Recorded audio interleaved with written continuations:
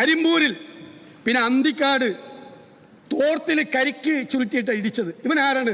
Action hero ബിജുവോ? സിനിമയിൽ കാണുന്നത് പോലെ കരിക്ക് കെട്ടിയിട്ടാണ്. നിസ്സാര കേസിലാണ്.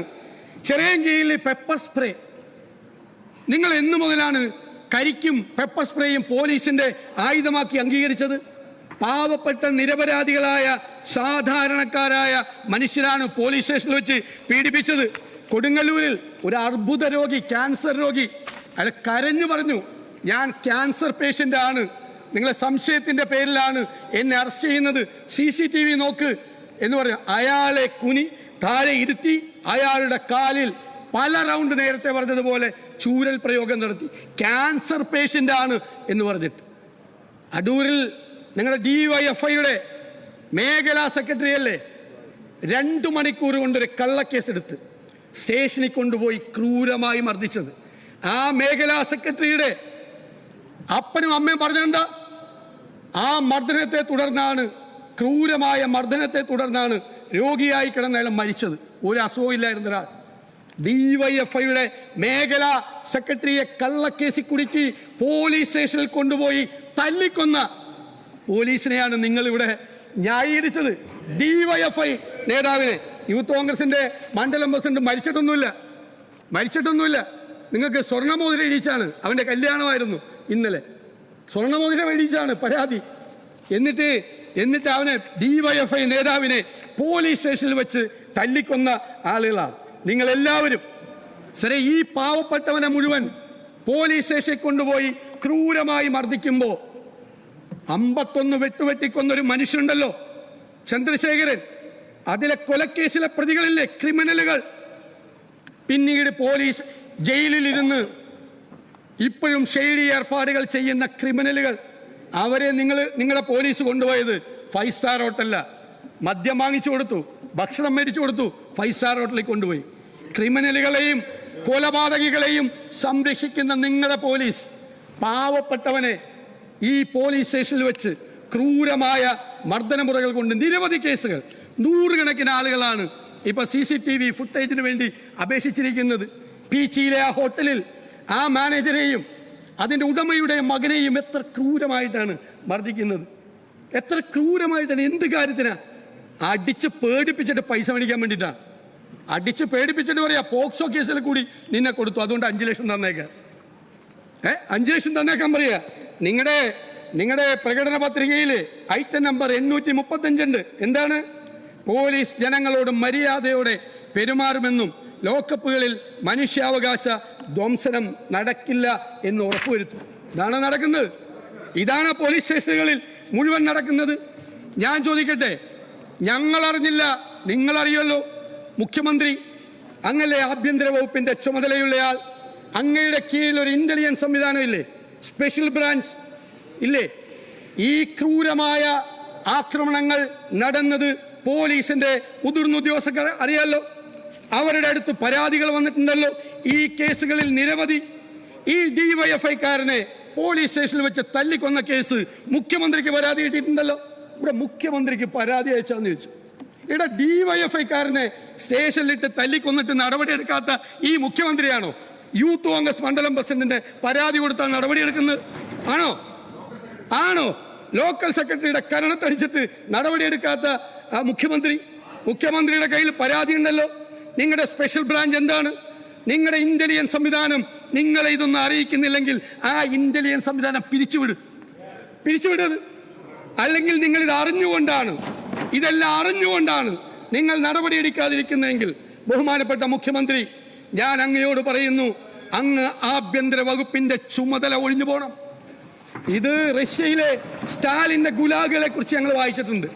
രാഷ്ട്രീയ എതിരാളികളെയും ശത്രുക്കളെയും സംശയമുള്ളവരെയും കൊണ്ടുപോയി ഈ ഗുലാഗിൽ കൊണ്ടുപോയി കസ്റ്റോഡിയൽ ടോർച്ചറിന് വിധേയമാക്കിയ നിരവധി കഥകൾ പുറത്തു വന്നിട്ടുണ്ട്. ഇത് സ്റ്റാലിന്റെ റഷ്യയല്ല ബഹുമാനപ്പെട്ട മുഖ്യമന്ത്രി, ഇത് ജനാധിപത്യ കേരളമാണ്.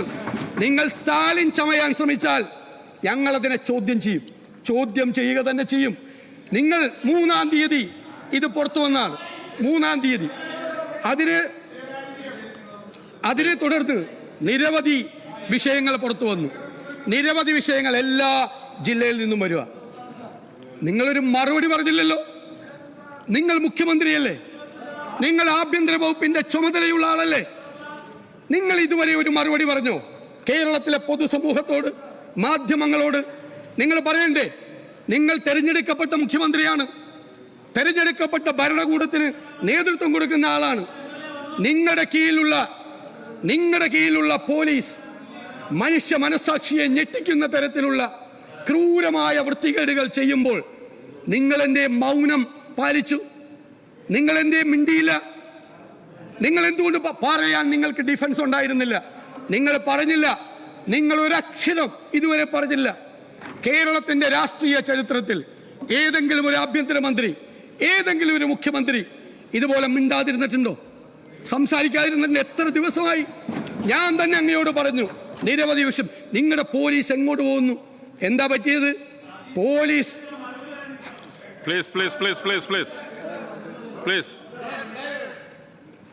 സർ, പോലീസ് ഒരു ഫോഴ്സാണ്. ആർമി പോലെയൊക്കെയുള്ള ഒരു ഫോഴ്സാണ്. ഒരു അർദ്ധ സൈനിക സംവിധാനം പോലെയാണ് പോലീസ് ഒരു ഫോഴ്സ് എന്ന് പറയുന്നത്. അതിനൊരു ഹൈറാർക്കി ഉണ്ട് സാർ. ആ ഹൈറാർക്കി കേരളത്തിലെ പോലീസിൽ പ്രവർത്തിക്കുന്നുണ്ടോ? നിങ്ങളുടെ രാഷ്ട്രീയ ഇടപെടലുകൾ, നിങ്ങളുടെ ഉപജാപക സംഘത്തിന്റെ ഇടപെടലുകൾ, ഈ DGP പറഞ്ഞാൽ SP കേൾക്കുവോ? കാരണം SP വെച്ചിരിക്കുന്ന വേറെ ആളാ. SP പറഞ്ഞാൽ SHO കേൾക്കുവോ? SHOക്ക് കമ്മിറ്റ്മെന്റ്, അക്കൗണ്ടബിലിറ്റി വേറെ ആളുകളോടാണ്. നിങ്ങൾ ഈ 9 വർഷക്കാലം കൊണ്ട് പോലീസിന്റെ ഹൈറാർക്കി നിങ്ങൾ തകർത്ത് തരിപ്പണമാക്കി. ഇത് സ്കോട്ട്ലൻഡ് യാർഡിനെ വെല്ലുന്ന പോലീസായിരുന്നു ഒരു കാലത്ത്. നല്ല മിടുമിടുക്കന്മാരായിട്ടുള്ള പോലീസ് ഉദ്യോഗസ്ഥന്മാർ ഇപ്പോഴും ഉണ്ട് സർവീസിൽ. അവർക്ക് വല്ല കാര്യമുണ്ടോ? ഏറാൻ മൂളികൾക്ക് പ്രോത്സാഹനം കൊടുത്ത് എന്ത് വൃത്തികേട് ചെയ്യുന്നവനെയും കൊടപിടിച്ച് സംരക്ഷിക്കുകയാണ് നിങ്ങൾ പൊളിറ്റിക്കൽ പ്രൊട്ടക്ഷൻ കൊടുക്കുകയാണ്. ഞാൻ എൻ്റെ വീട്ടിലേക്ക് 30 പേർ മാർച്ച് ചെയ്തു കഴിഞ്ഞ ദിവസം. എൻ്റെ വീട്ടിലേക്ക്, എൻ്റെ പറവൂരിലെ വീട്ടിലേക്ക് 30 പേർ, 15 പേർ പാർട്ടിക്കാർ, 15 പേർ ക്രിമിനലുകൾ. സർ, പോലീസ് നോക്കിയിരിക്കുകയാണ്. പോലീസ് നോക്കി നിൽക്കുമ്പോൾ എൻ്റെ വീടിന് മുന്നിൽ വെച്ചിരിക്കുന്ന ബോർഡ് അടിച്ചു തകർത്തു. എൻ്റെ വീട്ടിലേക്ക് കയറി എന്നെ കാണാൻ വേണ്ടി അവിടെ ഓഫീസിൽ ആവശ്യത്തിന് വന്നിരുന്ന ഒരു ചെറുപ്പക്കാരൻ്റെ കരണത്തടിച്ചു. സർ, പ്രതിപക്ഷ നേതാവ് സ്ഥാനത്തിരിക്കുന്ന ഒരാളാണ് ഞാൻ. സാർ, അങ്ങേക്ക് പകരം അങ്ങയുടെ കസേരയിൽ ഒരു കോൺഗ്രസ് മുഖ്യമന്ത്രിയാണ് ഇരുന്നതെങ്കിൽ പ്രതിപക്ഷ നേതാവിൻ്റെ വീട്ടിലേക്ക് കടന്നു ചെന്ന അതിന് പോലീസ് നോക്കി നിൽക്കുമ്പോൾ ആ പോലീസ് ഉദ്യോഗസ്ഥന്മാർക്കെതിരെ നടപടിയെടുക്കുമോ? സർ, ഞങ്ങൾ ജനപ്രതിനിധികളല്ലേ? കഴിഞ്ഞ ദിവസം 15 പേർ T സിദ്ദിഖിന്റെ ഓഫീസിലേക്ക് മാർച്ച് ചെയ്തു. എന്നിട്ട് പോലീസ് വന്ന് പറഞ്ഞു MLAയുടെ ഓഫീസ് അടക്കണം. ഞാൻ SP-യോട് ചോദിച്ചു, നിങ്ങളുടെ SP ഓഫീസിലേക്ക് ഞങ്ങൾ മാർച്ച് ചെയ്യാം, DGP ഓഫീസിലേക്ക് ഞങ്ങൾ മാർച്ച് ചെയ്യാം, നിങ്ങൾ ഓഫീസ് അടയ്ക്കുക.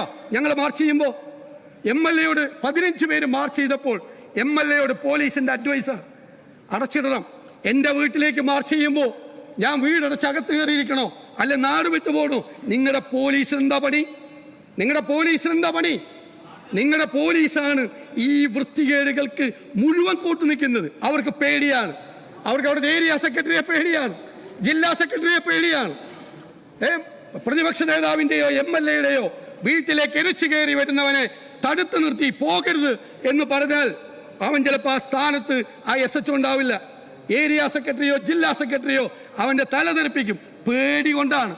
അല്ലാതെ MLAയുടെയോ പ്രതിപക്ഷ നേതാവിൻ്റെയോ വീടിന് സംരക്ഷണം കൊടുക്കണ്ട എന്ന് വിചാരിച്ചിട്ടോ അതിന് കഴിവില്ലാത്തത് കൊണ്ടോ അല്ല, പേടിച്ചിട്ടാണ്.